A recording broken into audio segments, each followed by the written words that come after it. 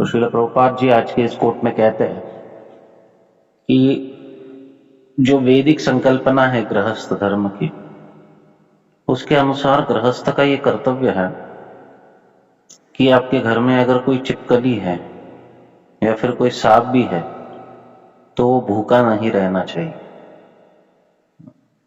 एक तो प्रयास करे कि ऐसा कुछ घर में ना रहे, आए ही ना, और अगर आए तो वो भूखा नहीं रहना चाहिए। तो अगर इतने हद तक एक गृहस्थ की अनुकंपा की अपेक्षा की गई है तो फिर इतर मनुष्यों को क्या कहें। जो भी हमारे घर में है उनको अच्छे से उनकी देखभाल हो, ये गृहस्थ का कर्तव्य होता है। वास्तव में ऐसा कहा गया है गृहस्थ के लिए कि आपका भोजन लेने के पहले, खाना खाने के पहले दरवाजे पर जाकर जोर से आवाज दे कि आजू बाजू में अगर कोई भूखा है तो प्रसाद के लिए आ जाए, और फिर अगर कोई आए तो उनको अतिथि देवो भव, देव के रूप में देखकर उन्हें पहले उनको परोसना चाहिए, उनको खिलाना चाहिए, और इसमें भी कुछ बचे तो गृहस्थ ने खाना चाहिए। अब कलयुग में ये तो संभव नहीं है, लेकिन इतर जीवों को अन्न की पूर्ति करनी चाहिए। प्रभुपाद जी के जो पिताजी थे गौरमोंडे, उनके कपड़े की दुकान हुआ करती थी कलकत्ता में, और जनरली चूहे जो होते हैं, जमीन पर जो भी दुकानें होती है उसमें उनका वास्तव्य होता ही होता है, और एक चूहे कपड़े को खराब करते हैं। तो गौरमोंडे क्या करते थे, चूहों के लिए खाना रखते थे। इतर दुकानदार जो थे वो चूहों को भगाते थे, मारते थे, जो भी करते थे।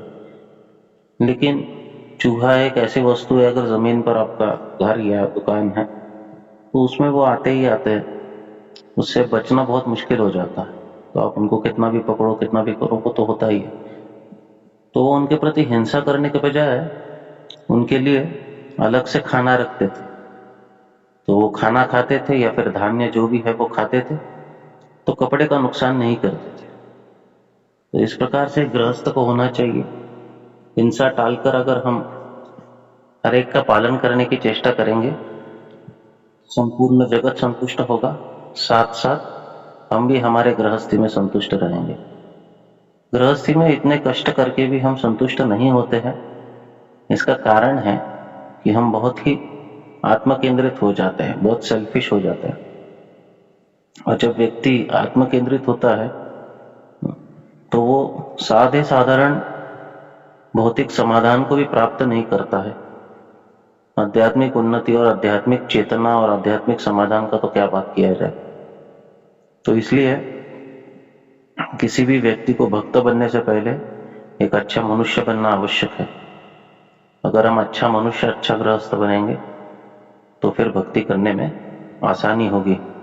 हमारी भारतीय संस्कृति ये अनायास भक्ति को पोषण देने के लिए के हिसाब से ही इसके नियम है, और वो भक्ति को प्रेरित करने के हिसाब से ही उसके विधि विधान है। इसको पालन करने से आसानी से भक्ति के कार्यों में भी हम आगे बढ़ सकते हैं।